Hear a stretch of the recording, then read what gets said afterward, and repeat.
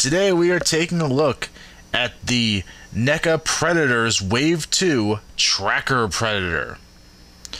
I gotta say, I'm really excited that this figure is out now. The first wave from NECA of the Predators line had 2 of the 3 new type of Predators in them. And I'm really happy to finally round out the whole set and have this last of the 3. This wave, by the way, also includes the Unmasked Berserker Predator and the Masked Battle Damage Classic Predator. Now, I probably will end up picking up the Unmasked Berserker because I really do like the unmasked look of that character, but I don't think there's enough in the Classic to make me want to pick up another one. With the new modifications coming that are going to make it match the Predator from the original movie, I think it's just worth holding off and getting one of those next, instead of ending up with like 8 of the same looking Predator up on my shelf. But anyway, enough about the other stuff in the wave. Let's get looking at this guy. He is a really, really cool figure. Now, if you'd seen any of the other NECA Predator figures, at least the more recent ones from this new wave, or the newer waves, I guess I should say, he's a lot of the same articulation that all the other ones have. He has the ball jointed neck, he has ball jointed shoulders, the bendable swivel elbows, ball jointed wrist. He has a cut waist, but it's very hard to move with all his extra decorations. But I did get it to move the other day. A bevel kind of cut on his hips. The knee bends and swivels. There's a cut joint here. Unfortunately, mine is very tight, and I have not yet been able to get them to move. I need to take some heat to them, try to loosen it up. I think it's actually more of a paint buildup issue, however, that's causing it to not move. And down at the foot, it swivels, and like the other ones, there is most likely a ball joint down there, but all you can really get with this boot on is the swivel. And I guess for a little extra articulation, he also has the cannon that is also really posable. So that's pretty much what's the same, what you could expect out of any of these new NECA figures. The sculpt is really nice as well. I mean, NECA has been really doing well lately. They've been putting out a lot of great sculpts, and these Predator figures are just fantastic.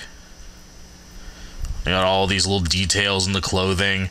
I love the amount of rubber features that are on here, the soft plastic or whatever it is. It just gives it a larger level of flexibility and posability. Even these little teeth, or whatever they're supposed to be, are separate up here.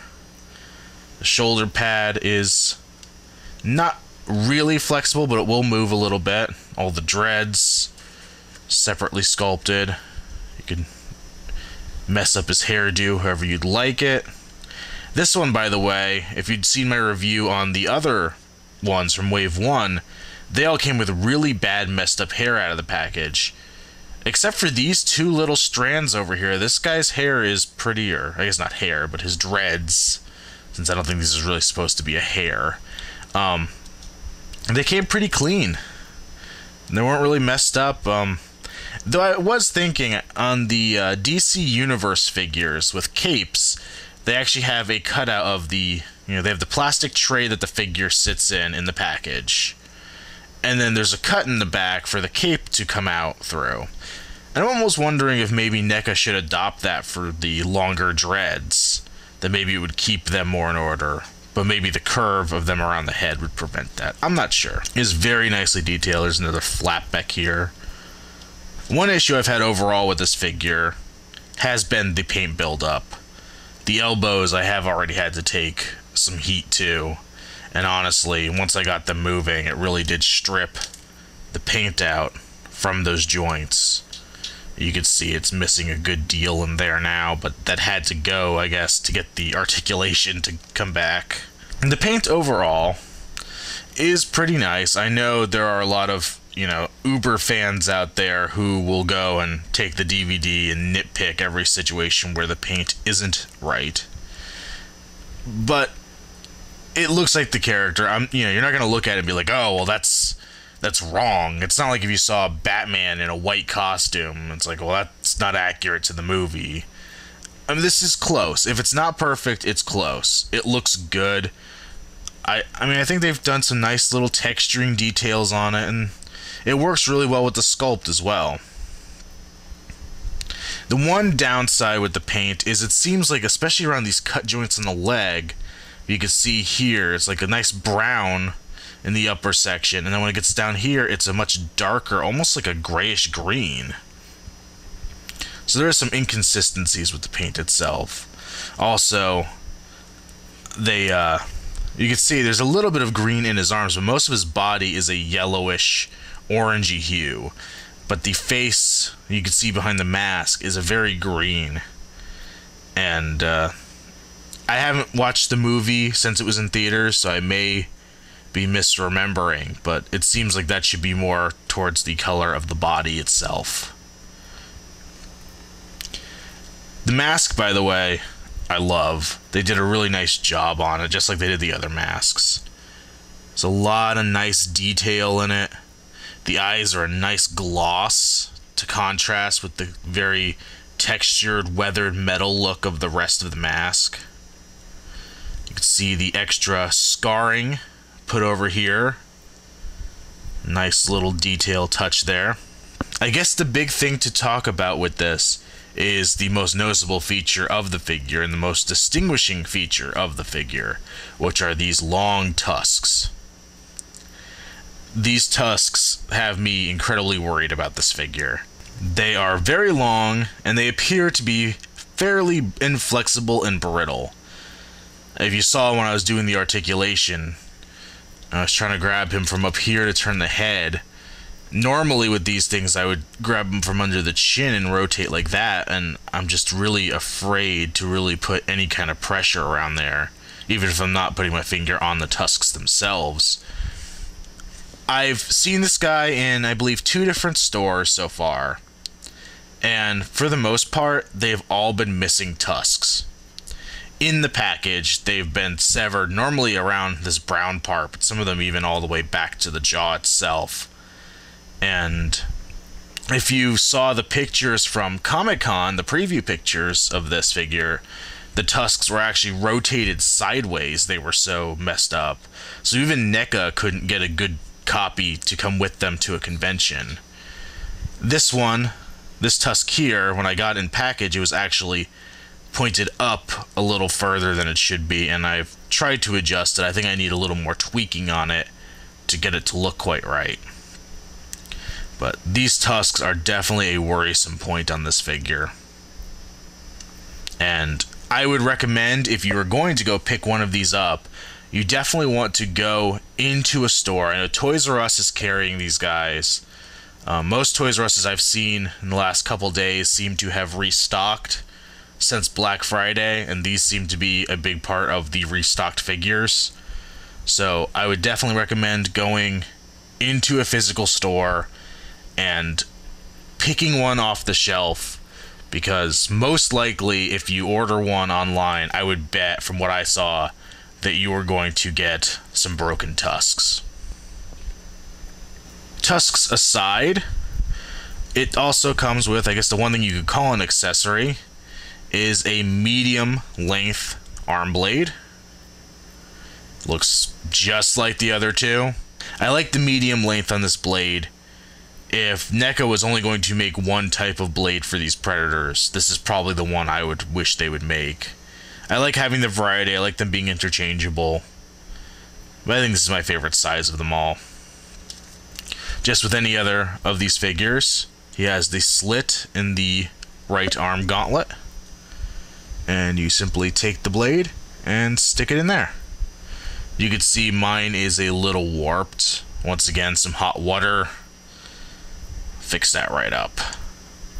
But it looks quite nice, just like all the other ones. What you would expect, I guess, if you had the first wave of these figures. Now, the one downside of these arm blades has been that they fall out really easily. And I'm going to help you fix that. So stay tuned after the review, and I'll have a little extra segment on the end of how to make these blades stay in just a little bit better. So overall, that is the Tracker Predator. It's funny that I mentioned that I've been waiting for this figure to complete out the set of Predators from the movie. And now I realize I'm still waiting, because in the spring we're supposed to get the dogs. And what's the Tracker Predator without the dogs? Then again, evidently NECA thought we were okay with a Falconer Predator without a Falcon. But I'm really excited to get the dog. I've seen the previews from Comic-Con of those, and they look spectacular. They look really fun, really nice, unique pieces to have up on display. So, really can't wait to get my hands on those and display them next to this guy. Overall, I would give this guy a pretty high rating if I was to rate him. Definitely would highly recommend picking this figure up, just as I would any of the Predators figures I've gotten my hands on so far. They're nicely sculpted, pretty nicely painted, very articulated, and just overall fantastic figures, especially for the price point. As I mentioned before, the one fear I would have with this guy would be his tusks, and particularly toppling over, as some figures are prone to do. But I found a quick little fix for that as well. If you don't recognize these, there's plenty of other things you could probably use instead. But these are stands that come with wrestling figures, the newer ones that are made by Mattel, I believe. And I have a bunch of these lying around because I gut the figures for custom figures. But they actually are quite nice in size, and they're pretty nondescript, especially if you're going to have them up on a shelf. And the Predator will plug right in with its little foot peg hole. And I believe that will keep him from toppling over and damaging those fragile little tusks out in the front. So anybody who has one of those, or any other type of little figure stand like that, I think I would definitely recommend picking one up for a figure like this, just to save those tusks. And if you could do that, I think you will have a very nice piece in your collection for a long time. Alright, that has been another Outside the Box review. Stay tuned for more reviews to come, and my little mini tutorial on the weapon blade.